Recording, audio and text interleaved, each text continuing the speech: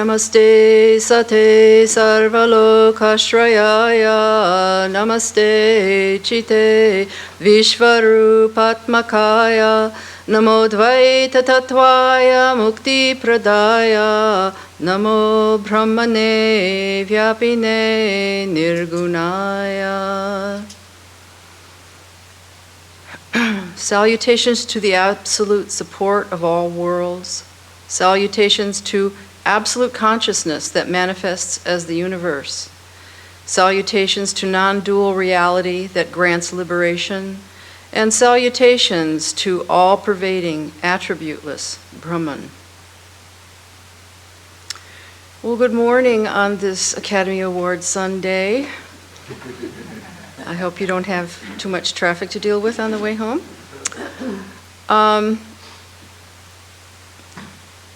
This is a rather large topic for today, modern science and our understanding of reality.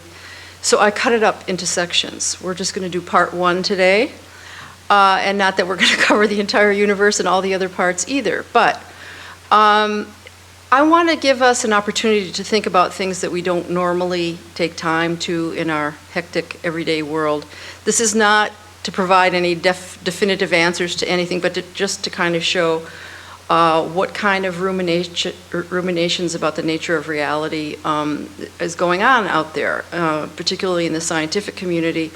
But these ruminations overlap philosophy for thousands of years. Natural philosophy originally what was called what was called science now. So they bifurcated in the 1700s, at least in the West. They never bifurcated in the East, I don't believe, until Western education got there. And there are views that people seem to think that scientific and spiritual teachings are radically opposed, but it seems that over the last 15 years or so, they're actually getting a lot closer together, because some scientists have now embraced the possibility of an observing intelligence as being necessary for the manifestation or projection, that is, all of this, to happen. So that's kind of the basis, where I'm coming from in talking about this topic. I want to go back just a little bit, though, in time to the beginnings of philosophy in the West, that is in Greece. The literal meaning of reality also meant the state of not being hidden, the state of being evident.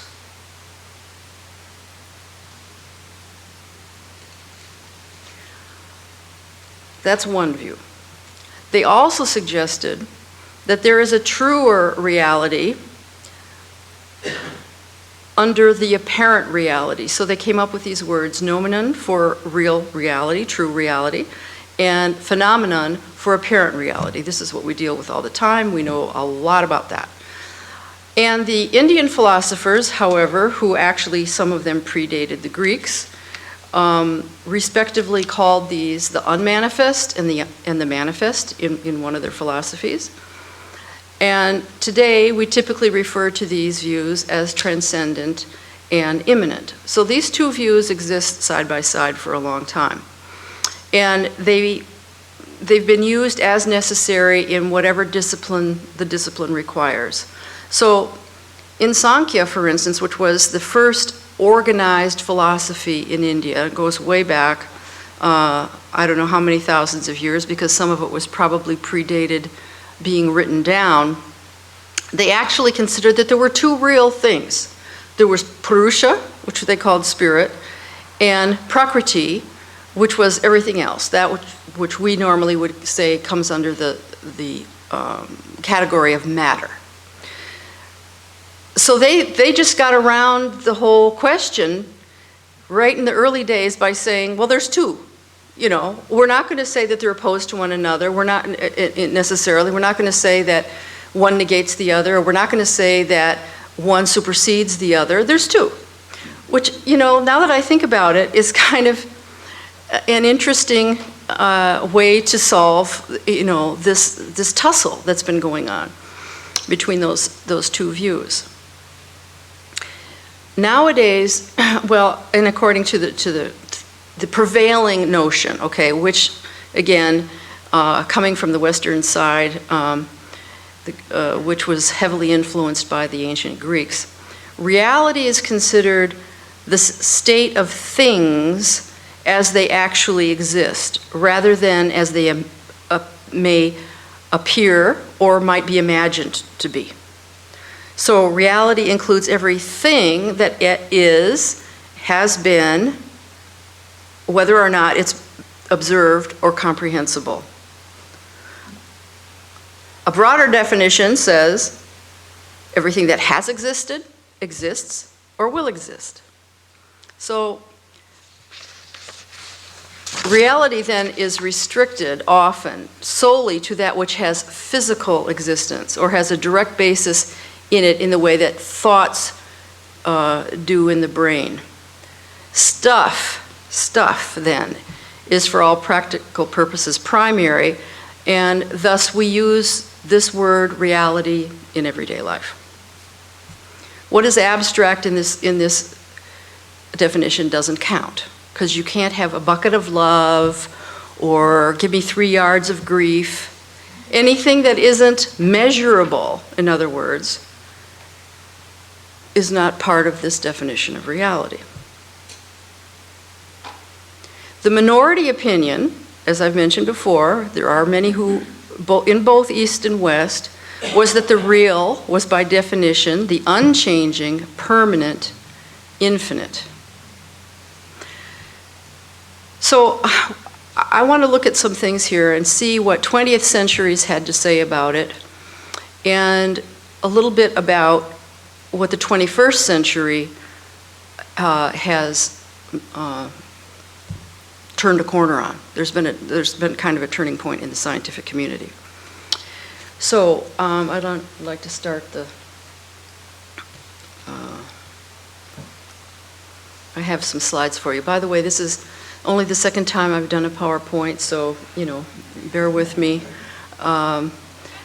There's a lot I still have to learn about creating slides, about projecting slides, about all of that. So when we talk later after the lecture, if you want to make some comments or whatever about that, let me know, because I'm still learning how to use this program. Okay, today's topic is the universe. Very, very succinctly. I would like to start with a quote from John Wheeler, who was a physicist who was involved in the nuclear project in the United States back in the 40s, 50s, into the 60s. And this is kind of sort of a picture of the universe, at least in the galaxy. And he says, we live on an island surrounded by a sea of ignorance. As our island of knowledge grows, so does the shore of our ignorance. Very insightful. I mean, the more we know we don't know. And he put it in a very nice way. There's a lot of critiques of science, of the scientific method, which I'm not going to go into this time because that could almost constitute a talk in itself. It's not that it's, that I want to romanticize it or put it on any kind of a pedestal or something like that. But one critique that comes forward was put by Arthur Young, who crossed the border between hard sciences and biological sciences, and he says, science has become so fragmented into separate disciplines that it has lost sight of the unifying principle that the word universe implies. He's talking about this tendency for reductionistic, cut it up into little pieces and see how it works. The fact that you can't put the pieces back together again doesn't seem to matter to a lot of them, but anyway. The basic structural bones of the universe are space and time. They are the necessary ingredients for causation among material objects. These come within the Indian concepts of prana, that is energy, and akasha, matter. In some sense, Indian philosophy took time to be the primary thing, because its focus was on change. There's a lot in Indian-originated religions on the flux, how things constantly change. They never stop changing. So they took time to be the primary category, whereas in the West, we seemed to concentrate more on the material aspect, or the stuff, because thingness seemed to be important. So matter was the big thing. Albert Einstein was a real turning point in science, and he had a lot to say. He had a lot of things besides scientific things to say. There's a great book about him, by him, on his opinions and ideas. Anyway, a human being is part of the whole, called by us universe, a part limited in time and space. He experiences himself as something separated from the rest, a kind of optical delusion of his consciousness. This delusion is a kind of prison for us, restricting us to our personal desires. Our task must be to free ourselves from this prison.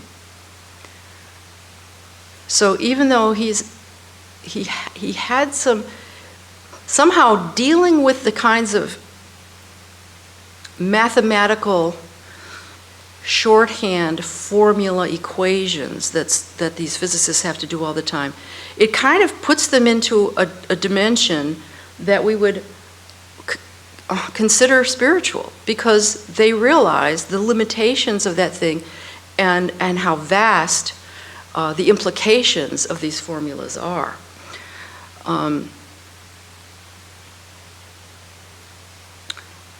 So this prison that he's talking about is ruled by what they call laws or constants. And so I'd like to talk a little bit about the laws of physics here, but I want to just kind of tell you there's going to be some amount of repetition here, because I'm going to be using quotes from different people and they kind of cover the same ground, but it's interesting to see how many of them, and there's, of course, this is just a selection, have had comments to say about law. I want to start, however, with Swamiji. And this is a direct quote from Swamiji. He's tried in his day to be aware of what was going on in the cutting edge of science. Now, he passed away in 1902, and so he did not get to see Einstein's breakthrough. But he understood about how the law, this idea of law that the physicists were dealing with. So he says, Swami Vivekananda says, law is a mental shorthand to explain a series of phenomena, but law as an entity does not exist. We use the word to express the regular succession of certain occurrences in the phenomenal world. So in other words, we have observances, and then we bring reason to bear on those observances.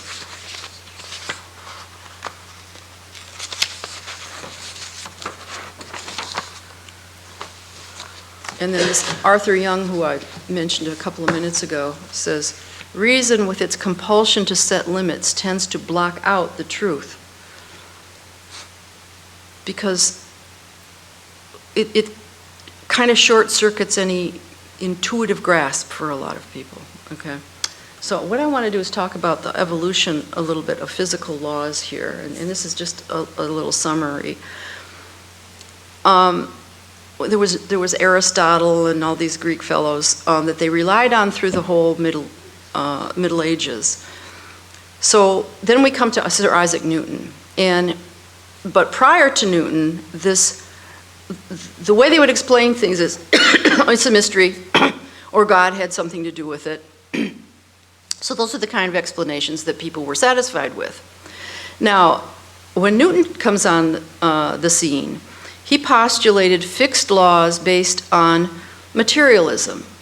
that is a reductionistic point of view.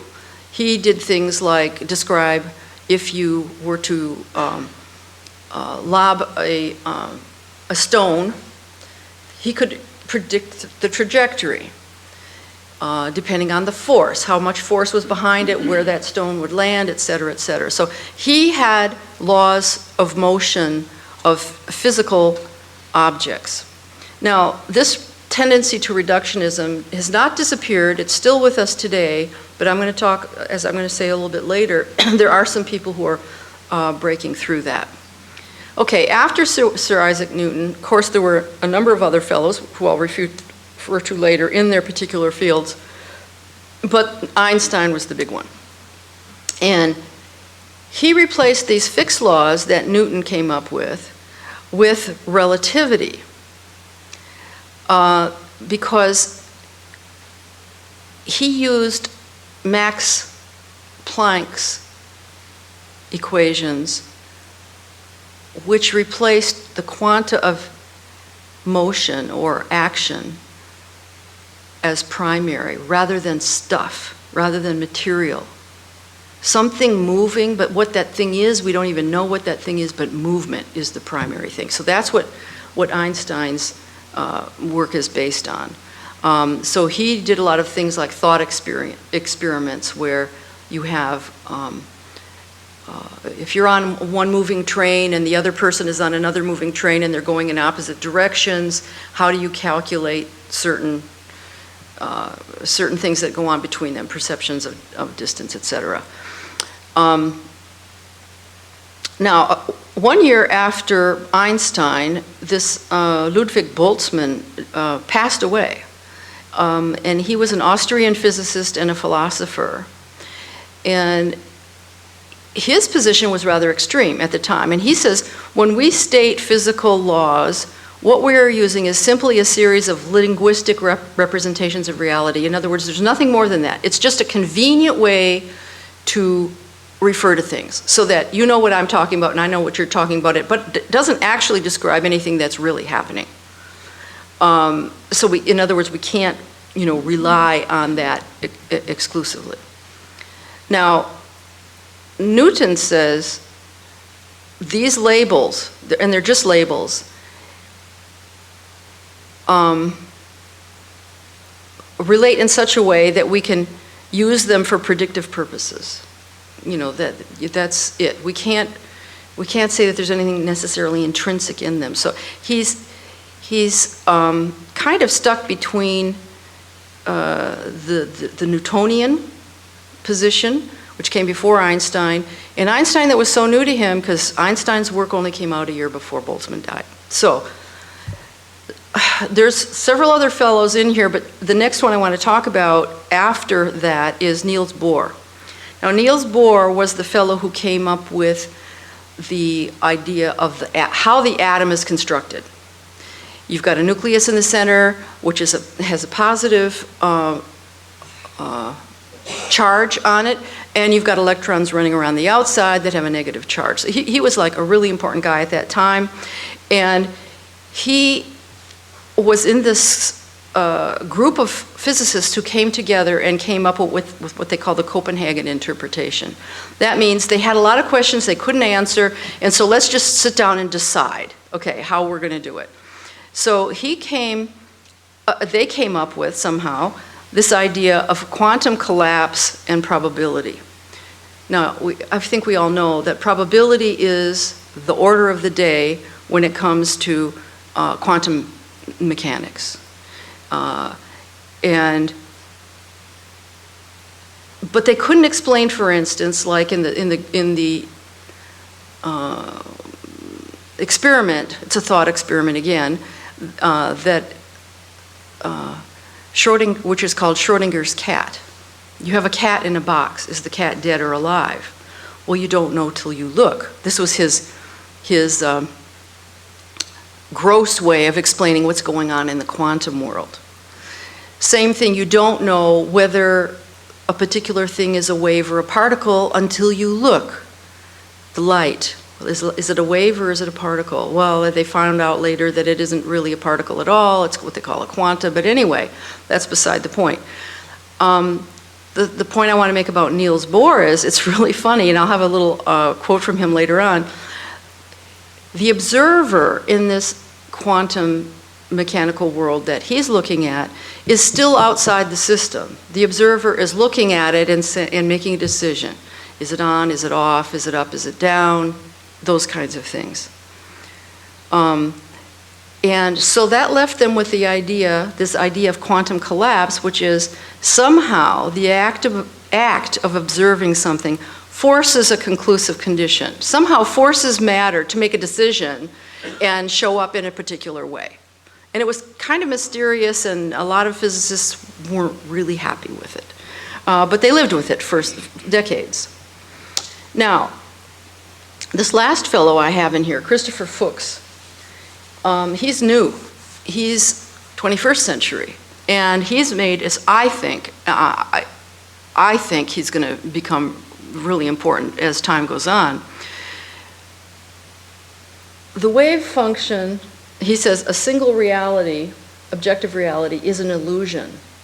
Quantum mechanics is a law of thought. He says the wave function does not describe the world, it describes the observer. Quantum mechanics is a law of thought. So he's bringing it back to, he is making the observer primary for the first time. And this very much reminds me of John Dobson, those of you who knew John Dobson, his contention that these so-called laws of physics are equations of Maya.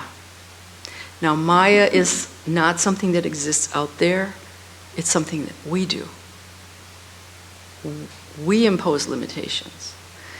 So this Christopher Fuchs, although he is in no way coming up with or claiming to have any kind of spiritual insights or whatever, is coming extremely close to a self with a big S that we want to talk about as time goes on. Not so much today, but maybe another time. Okay, a couple of other guys here. Okay, let me continue with Fuchs before I go on to the other guy. One way to look at it is the laws of physics aren't about the stuff out there. Rather, they are our best expressions, our most inclusive statements of what our own limitations are. For example, when we say that the speed of light is the ultimate speed limit, we're saying that we can't go beyond the speed of light. One can imagine that eventually we'll have evolved to a stage, this is what he's saying, where we can take advantage of things that we can't now. We might call those things changes in the law of physics, but usually we think of the universe as this rigid thing that can't be changed. Instead, this is the contention that I think is a real breakthrough. Methodologically, we should assume just the opposite, that the universe is before us so that we can shape it, that it can be changed, and that it will push back on us. We'll understand our limits by noticing how much it pushes back on us. He's putting in words something that I've thought for quite some time, which is that as long as we continue, that we, meaning scientists, continue to look for things, they'll continue to find things because the universe will manufacture things for them to find. Now, whether those things were there before the question was asked, who knows? But you've asked the question, therefore, here's an answer, okay, or here's a, so this comes very close to some things that other thinkers like Père Desjardins and some others who've been around for a long time, which is co-creativity, what they call on the dualistic side co-creativity. That is, God and man sort of interact to create things. It's not just that God creates, it's that we both create together. So this is what's the pushing back, what Fuchs is referring to as nature pushing back. We could say, you know, God shaking hands, with us and saying, oh, okay, so you want to go in that direction? All right, fine, let's go in that direction. Let's see what we can produce.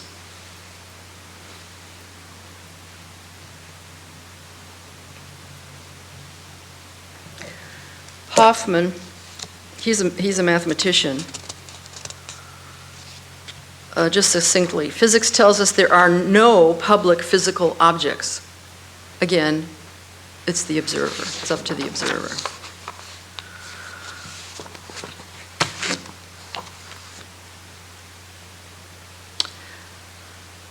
Slide. Let me see. Here's Arthur Young. The older concept of a universe made up of physical particles interacting according to fixed laws is no longer tenable. Those laws are not fixed. They change all the time. Therefore, it's kind of losing its connotation of being a law at all.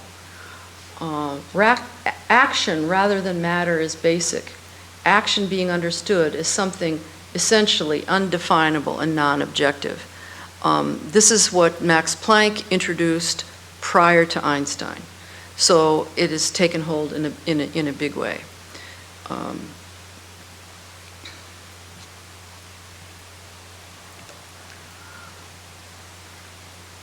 This is John Wheeler again. He's a very, very big name, even today in physics, though he was middle of the century, last century. The central lesson of quantum physics is clear. There are no public objects sitting out there in some pre-existing space. Quote, useful as it is under ordinary circumstances to say that the world exists out there, independent of us, this view can no longer be upheld. The only law is that there is no law. It's changed so much. This is one of the things that religious people, in their critique of science, come up with all the time. Well, they keep changing their minds, blah, blah, blah. Well, it's not that they're changing their minds, it's that they're learning more and more, and they're finding out that the prior definitions are too limited and they have to redo it. This is why I think that we're going toward nixing the whole idea of law to begin with.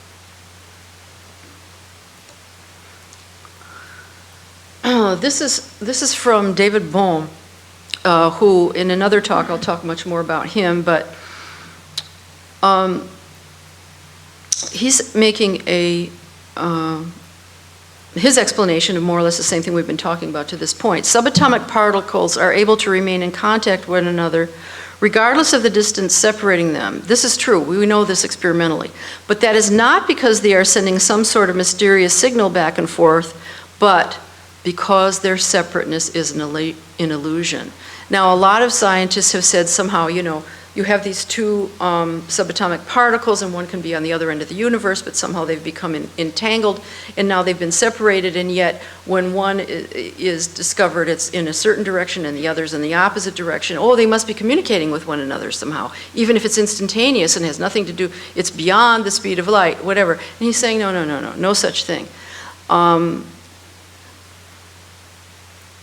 Their separateness, Bohm says, is an illusion to begin with.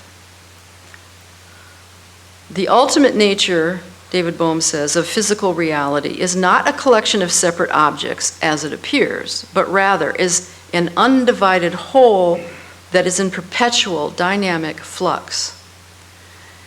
Now, I don't think he came up with these ideas totally independently. I'm sure he was very widely read in Eastern philosophies.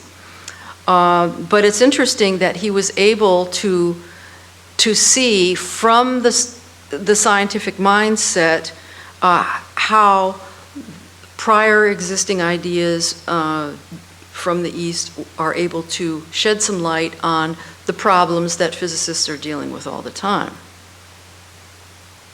Now, this is a quote from Ilya Prigogine, who worked on dissipative structures, which I'd like to talk about someday.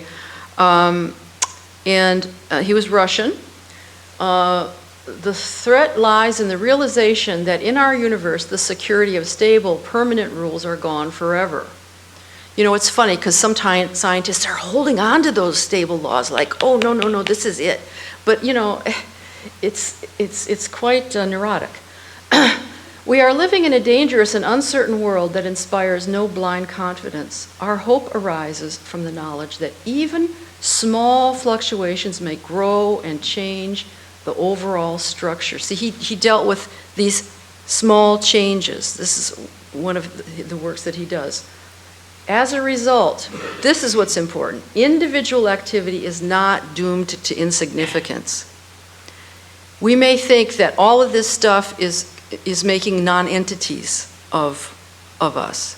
And he's saying, no, quite the contrary, because small changes can make huge differences later. Now, I ask you, 2 weeks ago, did we have high school students leading a movement that is taking the whole country by fire?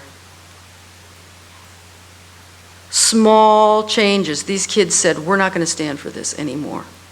And now, it's a force. To the point where today, in the LA Times, they're recapping 50 years ago, 1968, the students at that time who said, who took action. That time they were dealing with the Vietnam War, but nevertheless, they changed things, and the kids now are going to change things too.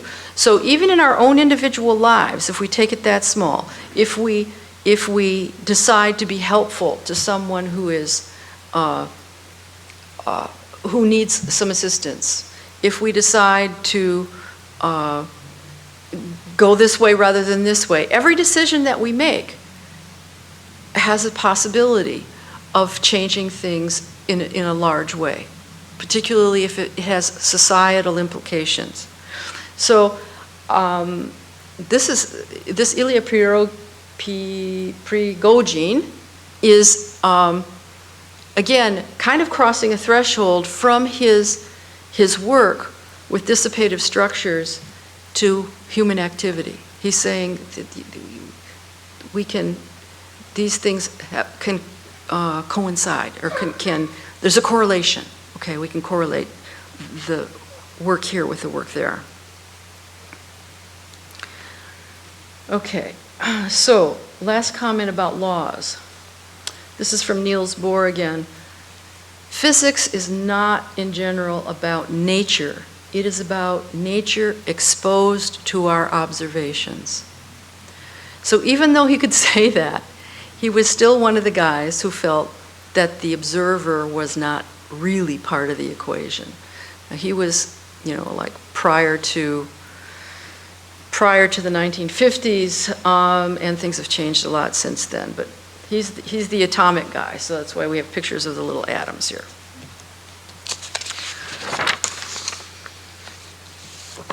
So we have a conundrum in physics. In that, there are two pillars of modern physics. One is quantum mechanics, and the other is relativity theory, and they actually contradict one another. This drives physicists crazy. This contradiction is not just in minor details, but is very fundamental, because quantum mechanics requires reality to be discontinuous, non-causal, and non-dual, whereas relativity theory requires reality to be continuous, causal, and local. So these two taken together constitute a paradox. The existence of a paradox indicates that there's something awry in the theory. This is taken from, I believe, Susskind said this. This is where I got this thing. Susskind is a string theorist. So this is why scientists are looking for a supervening theory within which both of these will remain true. So something that will encapsulate both of these and allow them both to be true at the same time.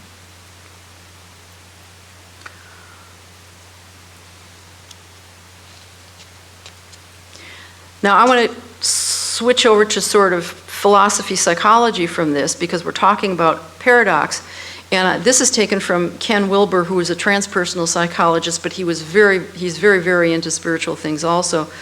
He says the most notorious paradox in the perennial philosophy is spirit is the summit of being, the highest rung in the ladder of evolution. That is what we call transcendent. But it is also the wood out of which the entire latter is made, that is, the immanent. Spirit is the suchness, the isness, the essence of each and everything that exists.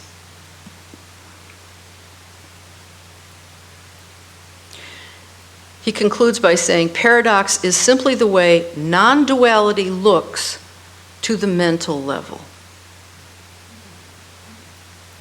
We're trying to figure it out, but we can't do it mentally.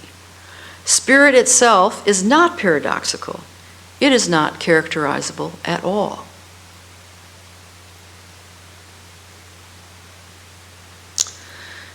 So I want to go on to some aspects of space-time as physicists currently understand it.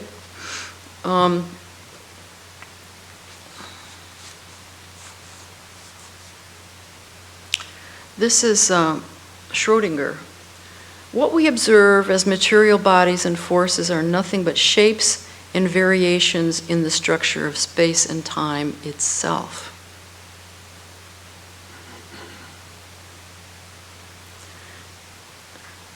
And back to Wheeler, the essence of Einstein's theory of gravity is matter tells space how to warp, and warped space tells matter how to move. This picture is in two dimensions, but as the title says, space is actually four-dimensional because the fourth dimension is time. And you can't, it's a two-dimensional picture. It would be great if it could be three-dimensional. That's as far as we can get. What I'd like to point out, however, is here, this is how they show how space warps. And this is an artist's conception, obviously. You're not going to see little lines out there in space.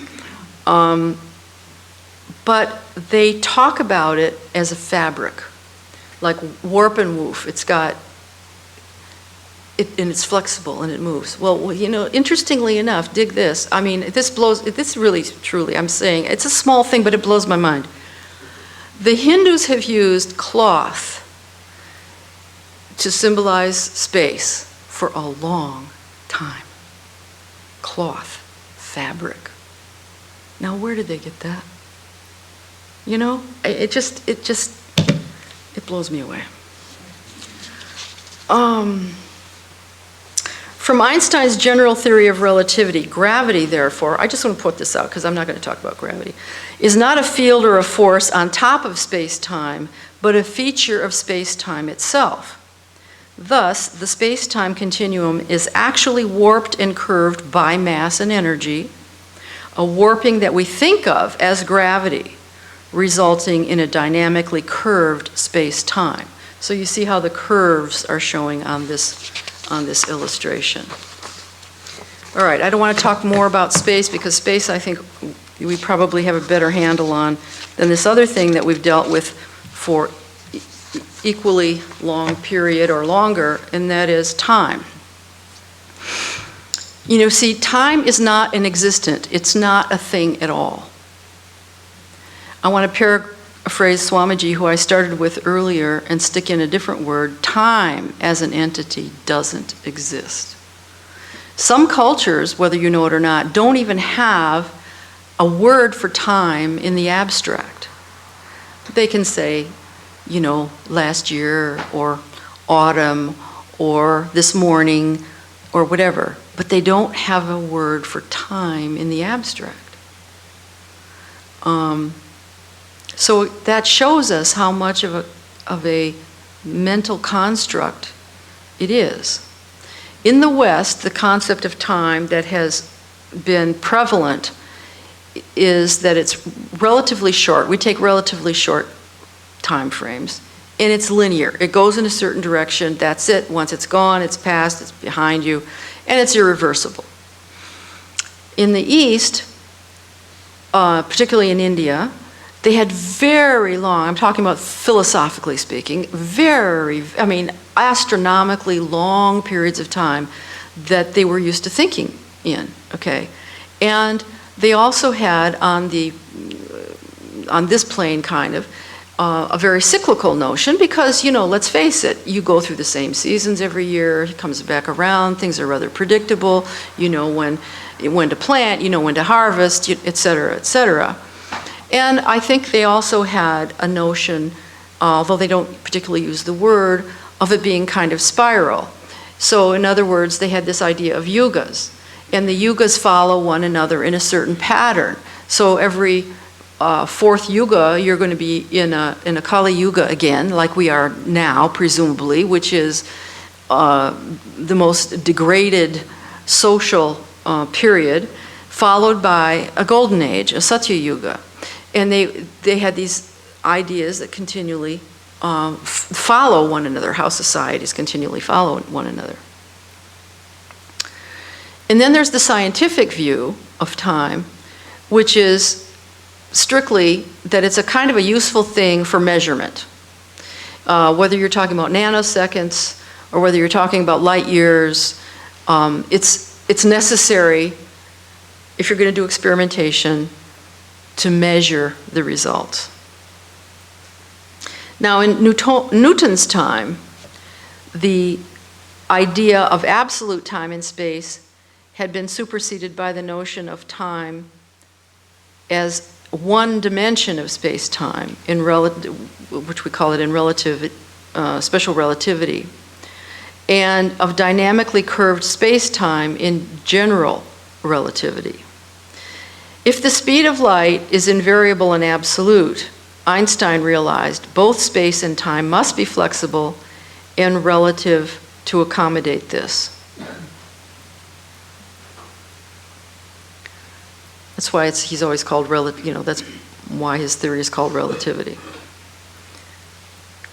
Modern physicists do not regard time as passing or flowing in the old-fashioned sense, nor is time just a sequence of events which happen.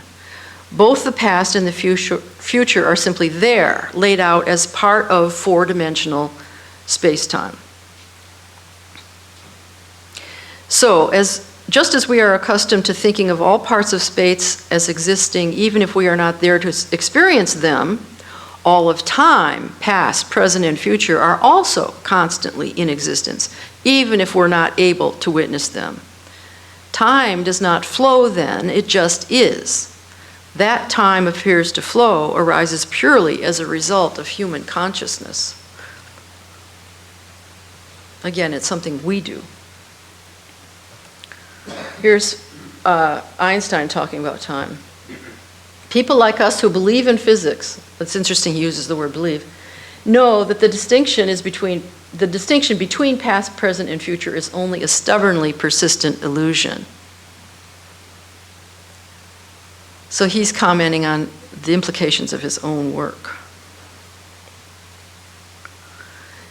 Now, later on, in the 60s, I believe, Richard Feynman, who is also an extremely famous physicist, says, "It's not true that a free particle only takes one path, that is a straight line. Instead, according to quantum mechanics, it takes all possible paths. It can do crazy things, like go backwards in time or go first to the moon. According to quantum mechanics, all these things can happen, but they happen probabilistically." So that means you have to send that particle out many, many, many, many times in order to find the one that's going to go backwards in time, or the one that's going to go to the moon first, or whatever. You need large, large numbers to deal with probability.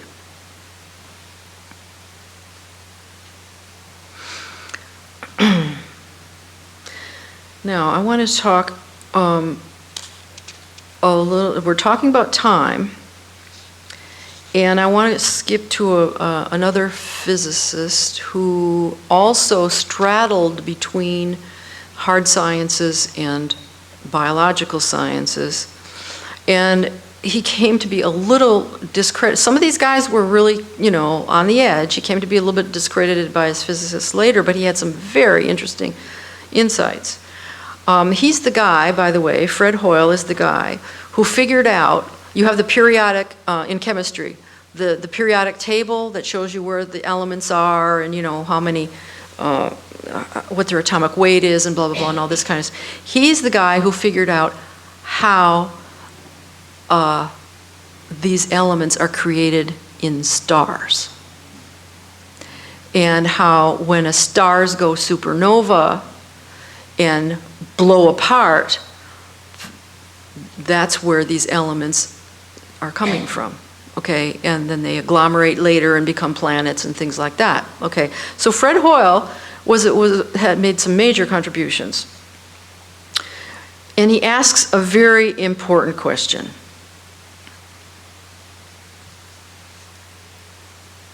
He's commenting on the works by Maxwell and Faraday. Now, Maxwell and Faraday existed way back in the early 1800s, I think. And they were dealing with electromagnetism. And Faraday was kind of a genius experimenter and inventor, in a way. But he didn't have the formal training, so he teamed up with this guy, James Maxwell, who was had a mathematics background from university, and they together came up with some, at the time, astounding work in the field of electromagnetism, which is, of course, still holds today. So Hoyle is asking a very important question. He says, he's referring to the fact that James Maxwell's equations show that information passes not only from past to future, but from future to past. Yet science ignores that. So he's asking a question. First Hoyle states, nature is very parsimonious in the sense that where possibilities exist, they seem always to be used. This is what I liked about Hinduism. When I first came to it, it was like whatever is possible, they agree it's going to exist somewhere, sometime. It was kind of, that also kind of blew my mind at the time. Okay, now Hoyle's question is this. Can the reversed time sense be the only exception to this rule? Can the reversed time sense be the only exception to the rule that, okay, he's saying where possibilities exist, they seem always to be used. So this is his starting point. Hoyle continues,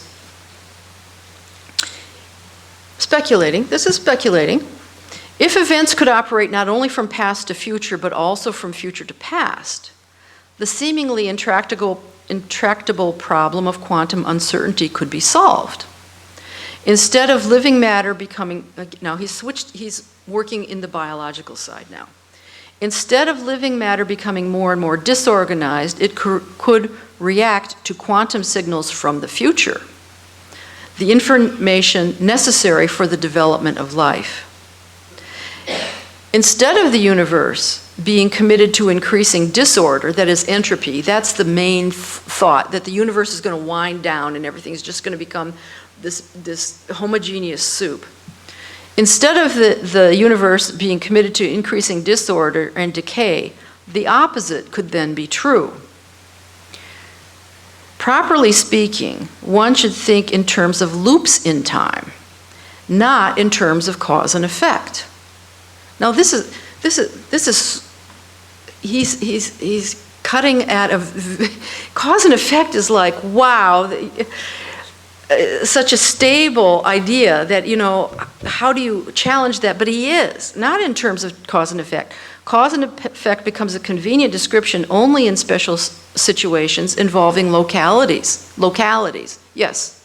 In here, if I throw something and it hits somebody, that's cause and effect. But not the universe as a whole. The essential point is that, Hoyle says, there is no such inexorable flow from past to future. And in some situations, it may be essential for the future to interfere with the past in order to justify itself, although the future can only interfere with the past through the subtle effects of individual quantum events, not through large-scale interference. So he's saying it's very small kinds of things. But that's all, in his view, that's all that's necessary to change the course of the evolution of life on a planet such as ours.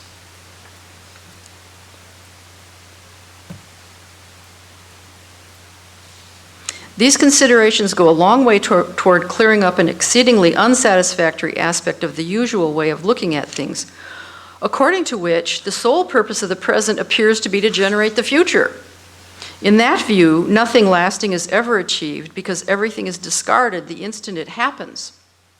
On the other hand, here comes his speculation again, once the universe is seen as an inextricably linked loop, however, nothing can be discarded. Everything exists at the courtesy of everything else.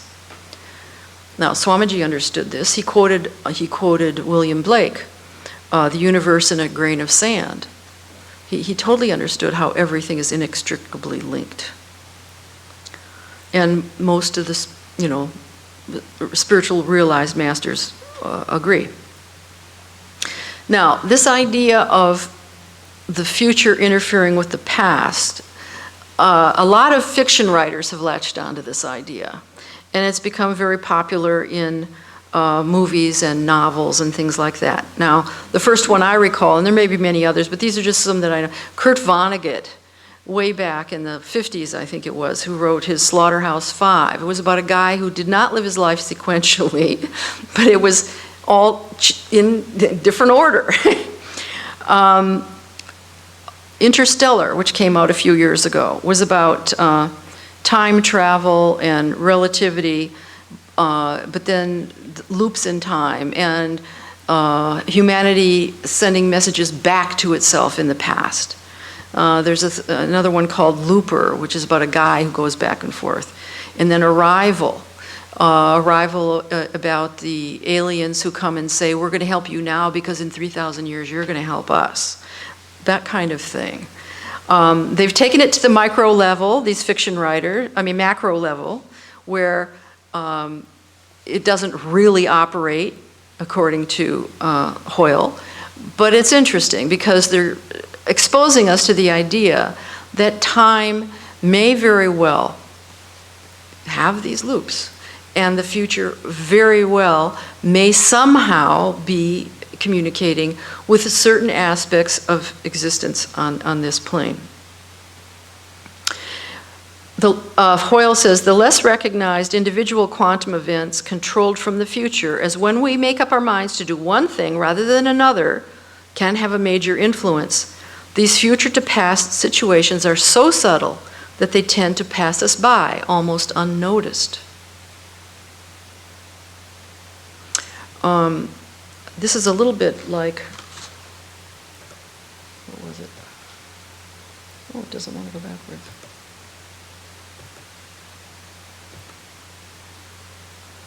Pirogin. Individual activity is not doomed to insignificance. Small fluctuations. Okay. Now there's I can't remember his first name, but there's a Hameroff. He's another physicist or mathematician, I can't quite sure. He talks about backwards referral of time. How can information run backwards in time? He says Roger Penrose, who is a physicist from England, first suggested that quantum effects in the brain could explain backwards referral, and that such efforts may occur commonly, even routinely. So he's trying to pinpoint where it occurs. Yes, that he's saying it very well could. It turns out that in quantum mechanics, quantum information can indeed run backwards or be time indeterminate, and this is what he calls the Aronoff formulation.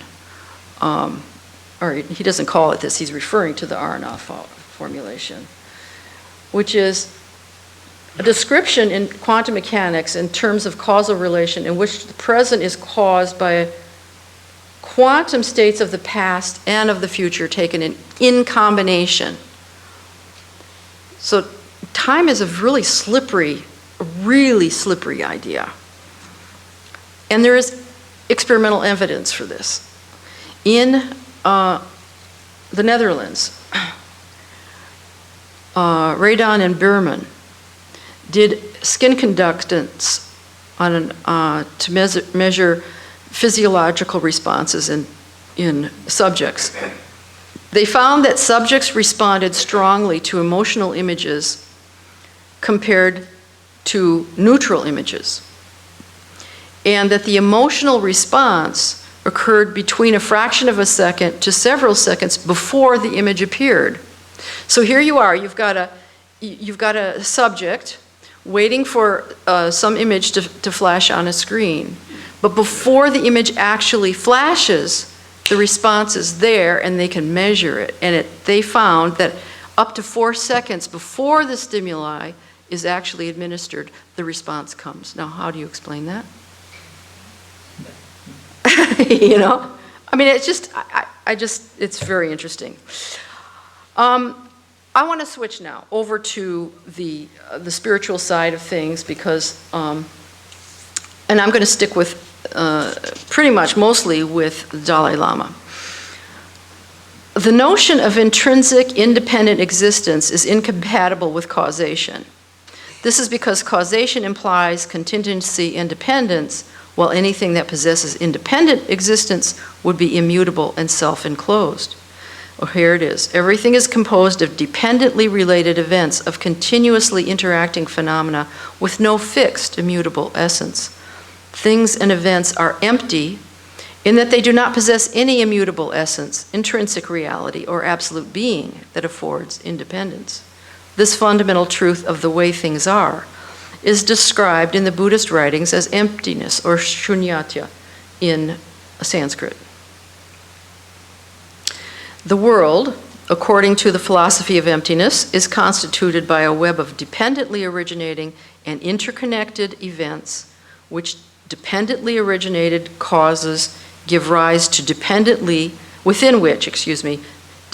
originated causes give rise to dependently originated consequences according to dependently originating laws of causality. Now,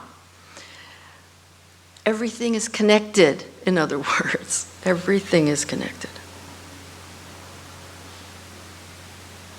I don't know, how many of you, does anybody here watch Dirk Gently's Holistic Detective? Oh, okay. Well, that's what they keep saying in there. Everything is connected. Okay. This is our Swami Yogatmananda from Providence. He put it very succinctly. Space is distinction in objects. Time is distinction in events without limits of space and time. I am everywhere.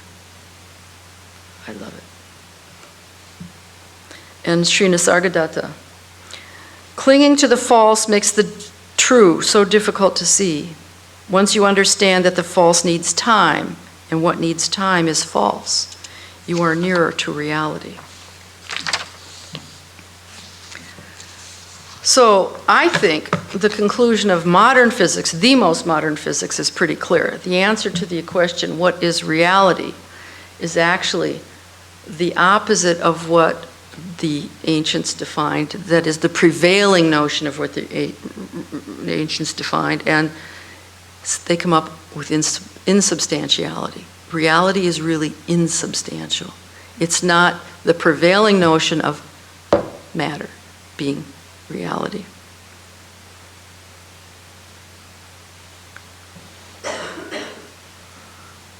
Looking ahead, I have this quote from Max Planck: all matter originates and exists only by virtue of a force.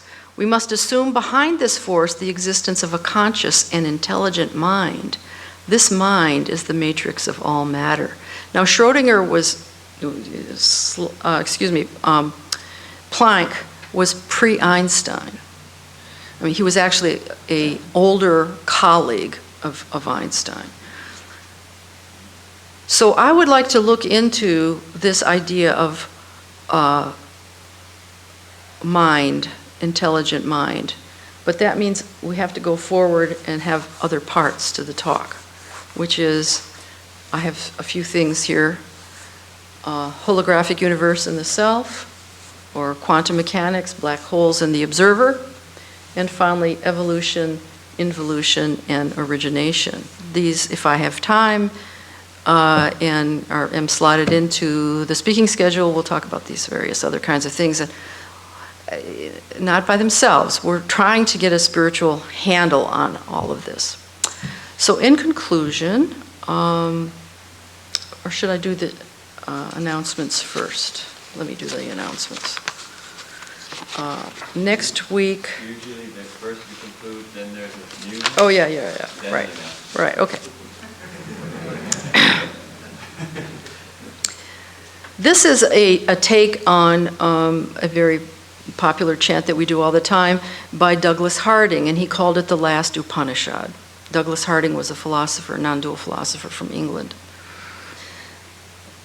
O Lord, lead me from dreaming to waking. Lead me from opacity to clarity. Lead me from the complicated to the simple. Lead me from the obscure to the obvious. Lead me from intention to attention. Lead me from what I'm told, to what I see I am. Lead me from confrontation to wide openness. Lead me to the place I never left, where there is peace and peace and peace. Om Shanti Shanti.